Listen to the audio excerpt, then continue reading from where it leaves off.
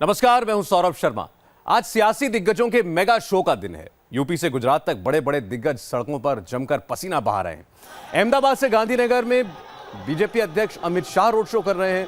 वहीं यूपी के कन्नौज में अखिलेश और डिंपल यादव शक्ति प्रदर्शन कर रहे हैं। वहीं प्रियंका गांधी भी आज यूपी को साधने निकली हैं। प्रियंका कानपुर के पास फतेहपुर में आज रोड शो कर रही हैं। तीनों तस्वीरें हैं आपके सामने।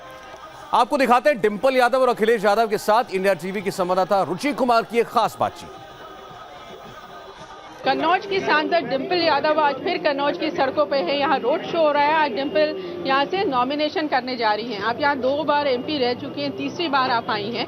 क्या उम्मीद है कन्नौज की जनता से? कन्नौज की जनता मैं समझती हूँ, चाहती है कि यहाँ पे लगातार इस तरह विकास होता आया है तो वही विकास हो, और जो भी हम मदद कर सकते हैं अपने लोगों की, हमेशा साथ खड़े रहते हैं उनके दुख दर्द में, तो वो वही चाहती है। जैसे एक बार तो आप निर्विरोध हो गई, लेकिन एक बार आपका मुकाबला बीएसपी से भी हुआ, कांग्रेस से भी हुआ, बीजेपी से भी हुआ। इस बार कांग्रेस भी आपको समर्थन करी और बीएसपी गठबंधन में, तो थोड़ी राह आसान। जी हाँ, इस बार राह बहुत आसान होने वाली है और मैं समझती हूँ जीत का अंतर भी ऐतिहासिक होने जा रहा है कई कॉन्स्टिट्यूंसीज में, खाली कन्नौज में नहीं। जी, जैसे आप कह रही खाली कन्नौज। अगर यूपी की बात करें तो जो गठबंधन है उसको कैसा आप देखती हैं, कैसी लड़ाई वो बीजेपी से लड़ पा रही है? नहीं, बहुत बढ़िया लड़ रही है। और अभी तो गठबंधन के जो दो या तीन प्रमुख नेता हैं, वो भी साथ आके उन्होंने कोई भी सभाएं नहीं करी है। मैं समझती हूँ 6 या 7 तारीख से, यदि 7 तारीख से सभाएं, कल से सभाएं शुरू हो रही है, तब आप देखिएगा क्या रंग बदलता है। और बीजेपी जिस तरह से प्रचार कर रही है, प्रधानमंत्री मोदी यहाँ आ रहे हैं, रैलीज कर रहे हैं, और वो ये बात कर रहे हैं कि सपा की जो सरकार थी या जो सपा बसपा का गठबंधन है वो महामिलावटी है, गुंडागर्दी थी, एक धर्म का ज्यादा वो प्रचार करते। तो इस तरह का आरोपों का जवाब कैसे आप? नहीं, मैं समझती, सबसे पहले तो वो सेना का इस्तेमाल कर रहे हैं जो बिल्कुल भी नहीं होना चाहिए, क्योंकि मैं खुद एक बेटी हूँ फौजी की। तो इस तरह का प्रचार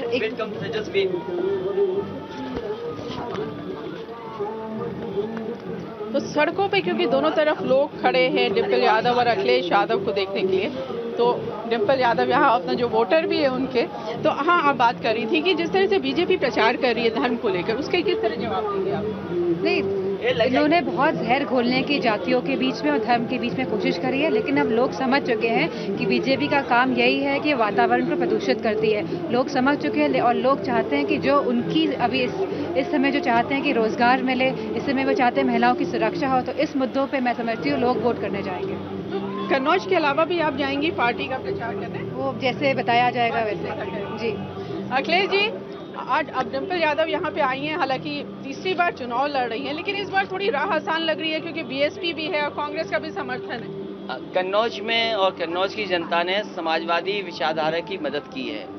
ये वही क्षेत्र है जिसमें डॉक्टर लोहिया जी, नेताजी और मुझे भी यहाँ सेवा करने का मौका मिला है।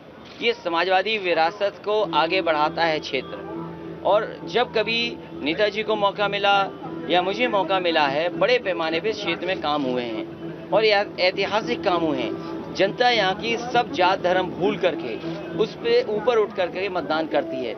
ये एक्सप्रेसवे इसलिए बना था कि यहाँ के किसानों को लाभ मिले, शहर जुड़ जाए। यहाँ पर मंडियाँ बन रही थी, आलू की मंडी, यहाँ इत्र का बड़ा कारोबार के लिए एक बड़ा फैसला लिया था।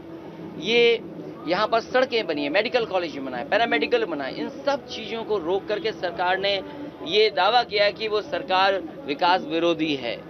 जो सरकार काम रोक दे उसे क्या उम्मीद करोगे? इस बार जनता उनकी सरकार रोक देगी। लेकिन वो कह रहे हैं कि महामिलावटी गठबंधन है आपका। देखिए, वो क्योंकि चिल्लाते बहुत हैं, चिल्लाने वालों की आवाज़ दूर तक जाती है, क्योंकि काम उन पे बताने को नहीं है।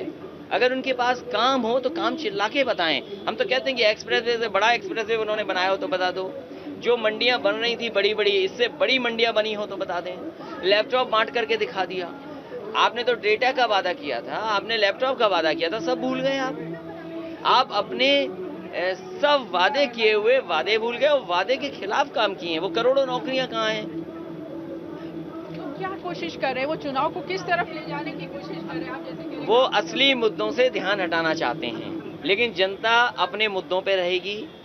किसान अपने गन्ने का भुगतान मांगेगा, आलू की खरीद क्या हुई, क्या सरसों की कीमत मिली, क्या दालों की कीमत मिली, क्या ग्रामीण क्षेत्र के जो तमाम सपने दिखाए गए थे अच्छे दिनों के, क्या वो पूरे हुए हैं? तो ये तमाम सवाल हैं।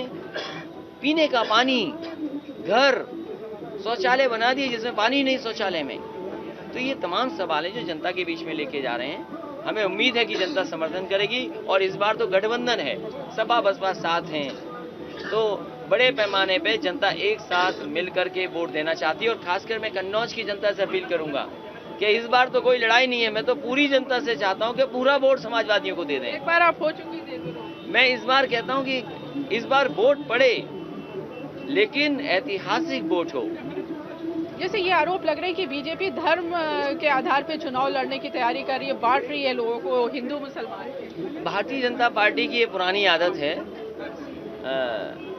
हमें घर छोड़ना पड़ा, जनता का फैसला था, लेकिन उन्होंने गंगा जल से धुलवाया। क्या आज के जमाने में जहां ज्ञान विज्ञान इतना आगे पहुंच गया हो, आप सैटेलाइट 300 किलोमीटर पे उस सैटेलाइट को तोड़ने का दावा करते हैं और फिर आप किसी मुख्यमंत्री का घर गंगा जल से धुलवाते हैं? ये कहां का है आपका भारतीय जनता पार्टी की सोच?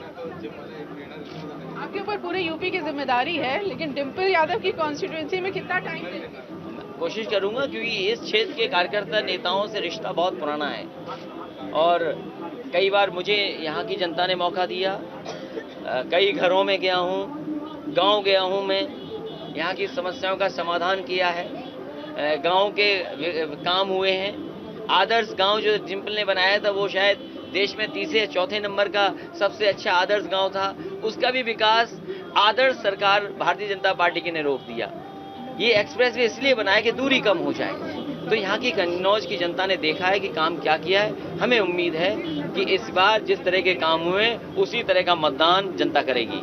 आप क्या चाह रही, कितनी और कितना टाइम चाह रही हैं अखिलेश जी से कि आपके लिए दें कॉन्स्टिट्यूएंसी? मैं तो चाहती हूँ ज़्यादा से ज़्यादा समय ये सब कॉन्स्टिट्यूंसीज में ही बिताएं और पार्टी को बढ़ा वो। जी जी, बहुत बहुत धन्यवाद हमसे बात करने का। तो अखिलेश यादव और डिम्पल यादव इस चुनाव रथ में समाजवादी पार्टी के, और यहाँ देखिए प्रचार हो रहा है, यहाँ से भी बाहर लोगों का हुजूम है समाजवादी पार्टी कार्यकर्ताओं का।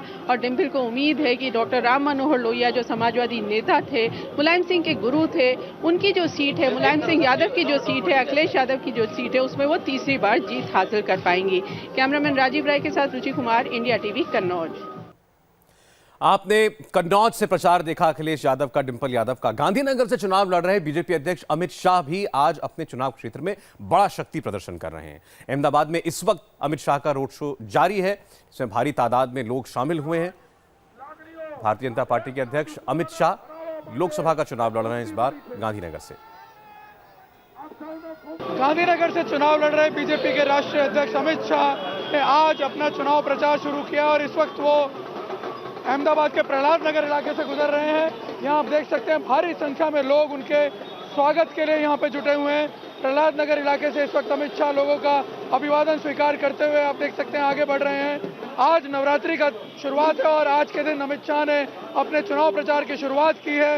ये वो इलाका है जिससे अमित शाह का पिछले 3 दशकों से भी ज़्यादा जुड़ाव रहा है। वैसे तो उन्हें यहाँ प्रचार करने की जरूरत नहीं थी, लेकिन आप देख सकते हैं विनम्रता से यहाँ पे वो वोटर्स के अभिवादन का स्वीकार कर रहे हैं, क्योंकि वो दिखाना चाहते हैं कि 3 दशकों से भी ज़्यादा जिन लोगों के साथ वो जुड़े रहे हैं, आज भी वो उनके प्रति उतने ही हम्बल हैं और उनके प्रति उतने ही विनम्रता से उनके साथ जुड़े हुए हैं और एक बार उन्हें अपील करने ही आए हैं। कैमरामैन अमित राठौड़ के साथ निर्णय कपूर, इंडिया टीवी, अहमदाबाद। आज आपकी अदालत का एक खास शो है। आपकी अदालत पहली बार नागपुर पहुंचा है और नागपुर की जनता के सामने रजत शर्मा के सवालों का सामना करेंगे नितिन गडकरी। सुनिए इस स्पेशल शो में राहुल गांधी और राफेल मुद्दे पर क्या क्या कहा नितिन गडकरी ने। उनका आरोप यह है कि अनिल अंबानी को मदद की, 30,000 करोड़ रुपए अनिल अंबानी की जेब में डाल दिए।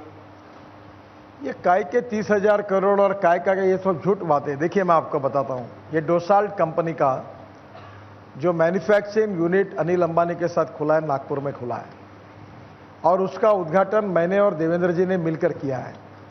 अभी जो हमारा एयर स्ट्राइक हुआ उसमें अगर राफेल हमारे साथ रहता तो 150 किलोमीटर दूर से हम लोग मिसाइल दाग सकते थे। तो हम लोग हमारे देश की सुरक्षा के लिए, हमारी रक्षा के लिए हमने राफेल खरीदने का निर्णय किया। दूसरी एक बात आपको आपके टीवी पर मैं देखता हूं, हमारे फाइटर जेट पुराने हो गए। कितने जेट हर साल गिर जाते हैं, कितने पायलट शहीद होते हैं और वो आउटडेटेड हुआ है। क्या मॉडर्न टेक्नोलॉजी, मॉडर्न इक्विपमेंट हमारे देश की सुरक्षा को मजबूत करने वाले हमने नहीं लेने चाहिए? हमारे देश के प्रधानमंत्री के बारे में उसको चोर कहना, ये लोकतंत्र में किसी जिम्मेदार राजनीतिक पार्टी के नेताओं को शोभा नहीं देता। ये बहुत गलत बात है, ऐसा नहीं करना चाहिए।